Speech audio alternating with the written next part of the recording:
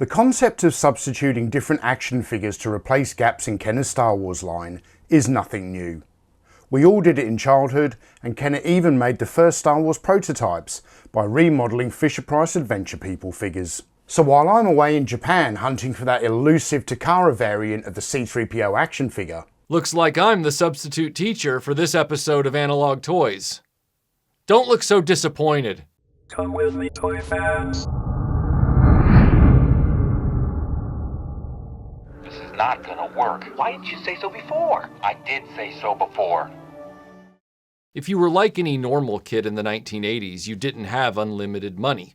Very few of us were Richie Rich, with access to every toy from our favorite toy line. So you only had a few asks a year for various figures and vehicles, whether it was your birthday and Christmas and maybe another small holiday here and there and a special trip to the shops. And on top of that, most of us also had the kooky extended family member, the uncle or aunt that just never quite understood what you were into when you were a kid, or the grandparents who always misunderstood what you asked for, and then on Christmas Day, they would be giving you something sort of correct, but not quite. For example, because my grandparents knew I was into Star Wars, they thought I was into space. And so one year they got me this huge coffee table book about the history of actual space travel. And it was really boring.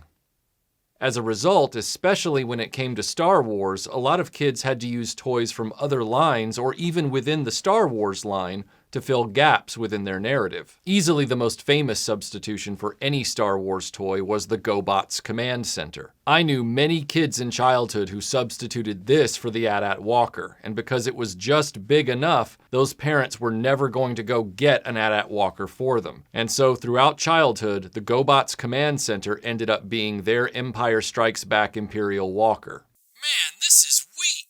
Similarly, I knew some kids who didn't have the AT-ST, but they had some Robotech Zentradi battle pods that would double as the AT-ST in a pinch. And thankfully, because so many toy lines were 3 3/4 inch scale, which Robotech was no exception, you could get Star Wars figures in those vehicles. Please put down your weapon. You have 20 seconds to comply. Bet you aren't laughing now, rebel scum.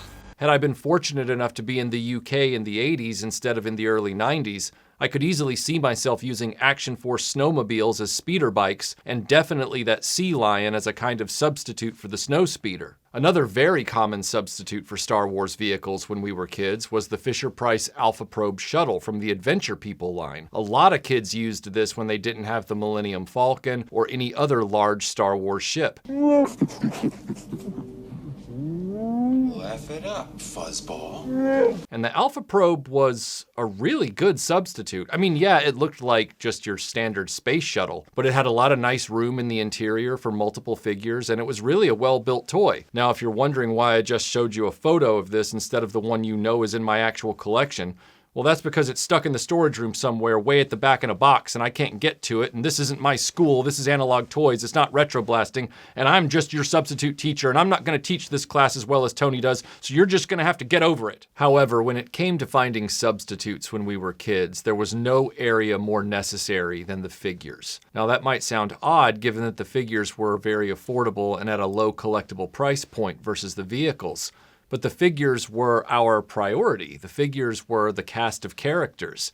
And we immediately knew when there was a character or a variant of a character that the company had dropped the ball on, especially with Star Wars. The most famous or infamous of these delayed omissions was Luke Skywalker in Hoth Battle Gear. He did not come out in the first wave of the Empire Strikes Back line. Kenner shuffled the deck oddly and decided to put him out later and instead put Hoth Han Solo out on his own with Bespin, Luke, and Leia accompanying him. So even though we didn't get a Hoth Leia as well, Hoth Luke was the bigger priority because he was a more action-oriented figure that was also in the big dramatic moment at the beginning of Empire Strikes Back in the snow with the Tauntaun and Han Solo. The way every kid in the 80s got around this was a no-brainer. We just went for the Rebel Soldier, who was from Hoth. Kenner had brought him out in the first wave, oddly without Hoth Luke, and we just thought he looks close enough, and so we started using him as Hoth Luke until they finally brought Hoth Luke out in 1982. I wouldn't be a legit substitute teacher if I didn't bring in a VHS tape from home to show you, so I didn't have to actually teach or think for a few minutes. Also, if any of you are the children of casting directors, after class, if you wouldn't mind giving me your parents' phone numbers, I have my own reel, and I'd really like to see if they're interested.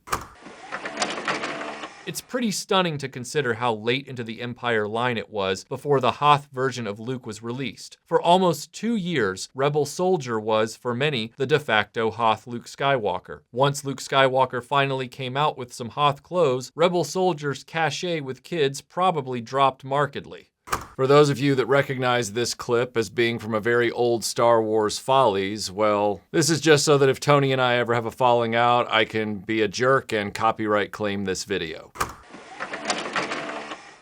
Similarly, a lot of us would end up using Death Squad Commander, later called Star Destroyer Commander, as our Rebel Fleet Trooper. The rationale here for a lot of kids in the 80s was, the Empire already has so many troop builder figures: Stormtroopers, Snow Troopers, AT-AT drivers, Biker Scouts, AT-ST drivers. The list was endless, and the Rebels had the Hoth Soldier and the Rebel Commando, and that was about it. So quite often we would end up recruiting Star Destroyer Commander as a cannon fodder Rebel Trooper, since he looked close enough to the Rebel Troopers on Leia's blockade runner. But this would work in other directions as well. Some of the more generic Return of the Jedi rebels, like General Madine, well, especially General Madine, would often get moved over to the Imperial side to back up their officer ranks. Because even though Imperial officers were all over the Star Wars trilogy, they only made one Imperial commander who was technically General Veers. And your parents were very unlikely to troop build any character for you. You could get multiple stormtroopers if you were very lucky,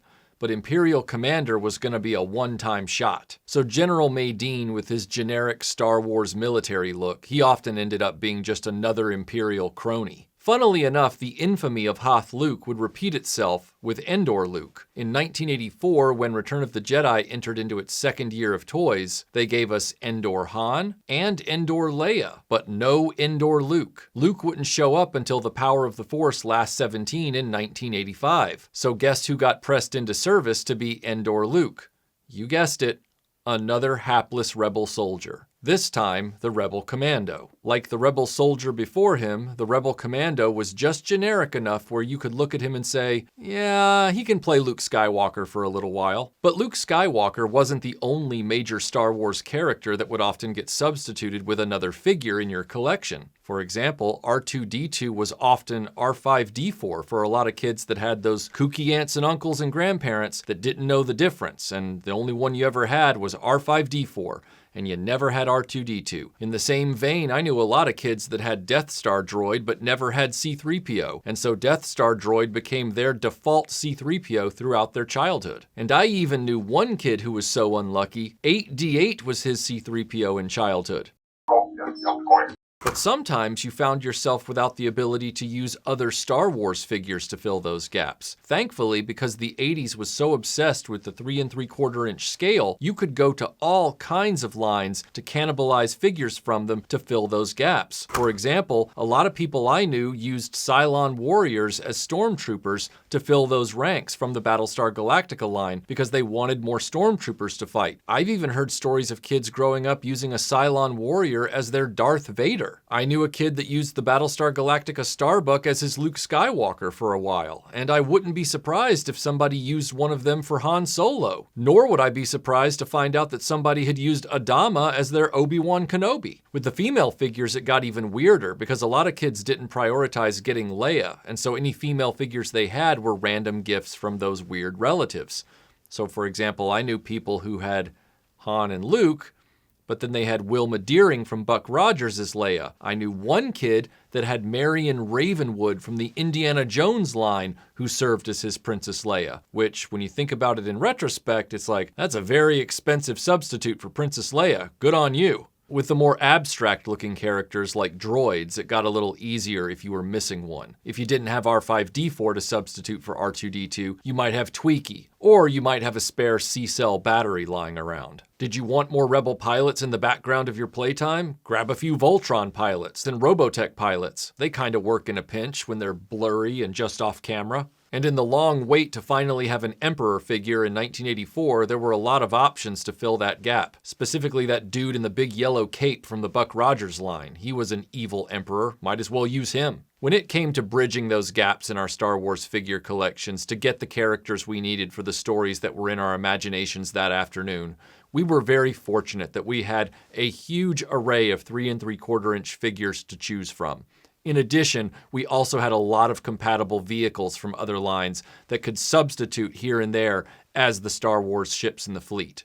Now, I did go a little crazy at one point not having a Millennium Falcon, and as I've told in previous videos on my channel, I did use a Cool Whip whipped cream container for a while as my Millennium Falcon. Fortunately, that was a brief moment.